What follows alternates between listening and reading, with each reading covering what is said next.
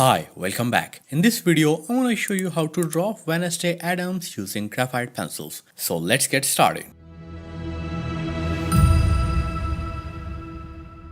So these are the art supplies I'm going to use for this drawing, and you can pause the video right here to note them down. I draw the outlines using grid method, and you can find all the references including this outline grid reference on my Patreon profile. Link is in the description. I recently bought this new Staedtler Mars Lumograph 12 pencil set which I'm gonna use and review in this drawing. And as always, I'm gonna use these 5 shades of pencils only. The leads look different than any other pencils I've used before, so let's see how it goes. So first of all, I'm going to mask the edges of this drawing using a masking tape. It will help you get a straight and sharp border in the end. So starting with the background, and first of all, I'm going to take this 2B powder from my homemade graphite powder kit and use it with a bigger dry brush like this to shade the background. If you don't have a graphite powder kit, you can make one at home by watching this video from the cards. Make sure you darken the outline with an 8B pencil to get a proper boundary line for the background shading. The background is darker in the upper portion and lighter in the lower portion. So I'm going to use this 8B powder with the same brush and darken the upper portion of the background. Take your time and shade it thoroughly to make it as dark as you want. And then use a tissue paper to even out the shade so it would look more plain. And by the way, the real-time version of this tutorial is available on my Patreon profile. So if you want to see all these details up close and in real time, you can visit my Patreon profile.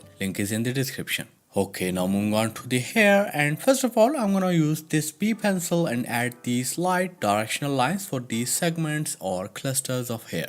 Now I'm going to use this nail art dotting tool as an indenting stylus to indent these fine lines in between the directional lines we just added, especially in the areas where the hair are shining in the reference image. Then I use the 8B pencil to shade a base layer while keeping the pressure very light. Make sure you maintain a lower angle with your pencil so you won't shade or fill the indentation lines. Then use the same 8B pencil and add these type of faded lines or strokes with pressure technique to fill the darker areas of the hair, just like this. So while adding these strokes, I noticed that the wood of the pencil is too flexible. I even heard a few cracking sounds of lead when I applied some pressure like I do on my Faber-Castell 8B pencil. The lead of this pencil is very soft compared to Faber-Castell or Derwent pencils, and they have a waxy or oily texture which makes it very hard to blend or even erase. So after the shading process, I used my Mono Zero eraser with a sharp edge to erase the extra shades from the indentation lines. But these pencils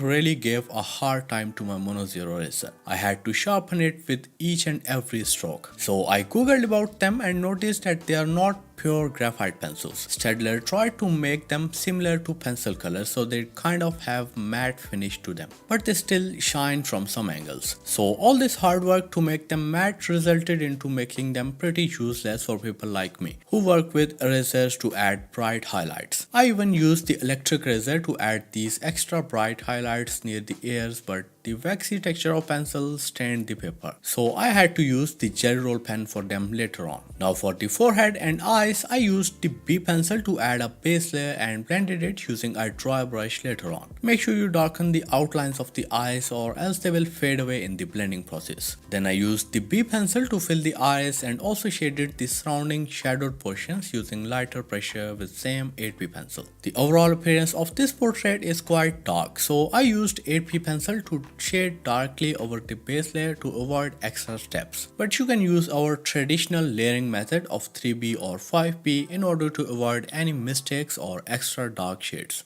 After blending, I remembered these pencils doesn't even blend like my usual ones. So I used 3B pencil around the extra dark lines to make them look less sharp.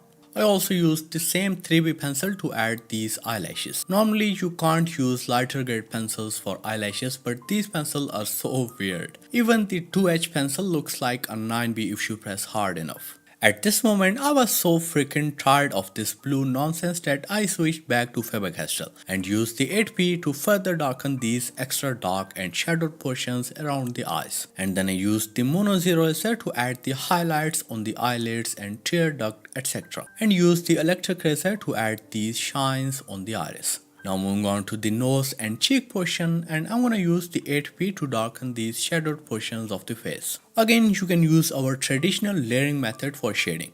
I was just so tired of Stedler's mess that when I used the actual graphite, I just enjoyed the process so much that I did the whole base layer with the same pencil. The light is falling from the right, so the right side of the face doesn't require so many details. You can use a lighter grade pencil like B or 2H for the shadows here. The overall looks of the lip is also darker than the surrounding, so I'm gonna fill them with a plain base of 8B and also fill the shadowed portions around them with a darker shade. For the neck portion, I used the same 8B and filled this pitch black shade on the left. And for the right side, you can use a lighter grade pencil like B or 3B. And I also filled the braids and clothing with a base layer of 8B. You can do this step later after finishing the face if you want. As I said earlier, I was just going with the flow because I was enjoying the feel of my old graphite pencils. And by the way, if you want to learn the basics of drawing first, you can join my course on Udemy. I put my course on sale for 5 days of every month.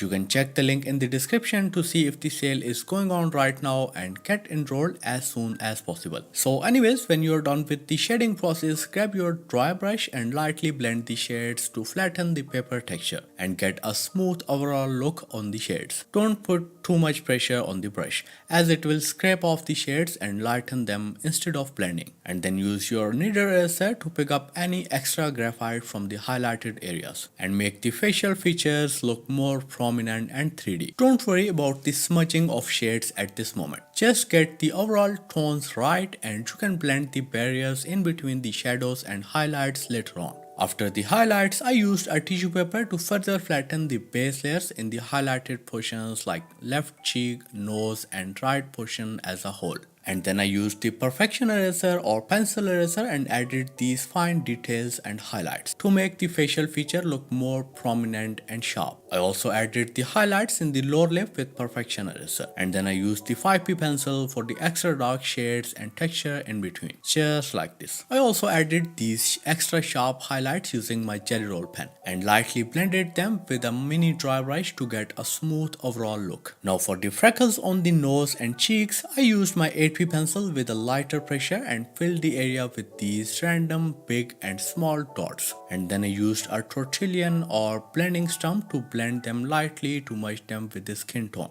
You can also lighten them if you want using a tissue paper or add white texture lines in between using your perfection eraser. It's totally up to you. For the braids, I used the 8P to fill them with a base layer and then I used the sharp tip eraser to add these slight highlights around each segment, just like this. You can also add individual white hair around them using a pointy end of the eraser. They will look cool. I repeated the exact same process for this left braid. And for the collar, I filled it with a base layer first using a B pencil and then used the 3B or 5B pencil for these dark and shadowed portions in between. And then I used the tissue paper to blend these layers and make them as smooth as possible. You can also lighten some of these areas in between using a knitter eraser if required. I'm gonna repeat this same process on this right collar.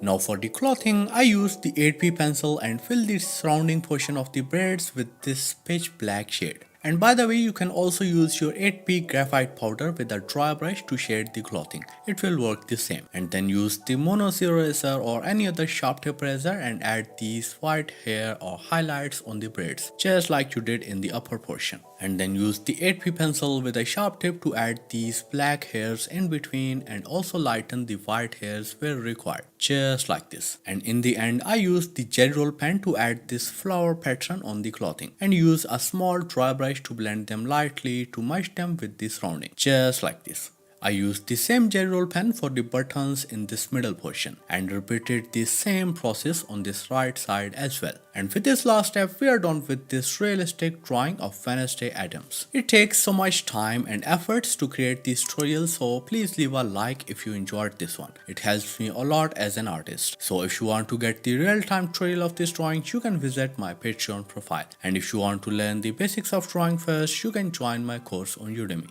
All the links are in the description down below. So thank you so much for watching and I'll see you in the next one.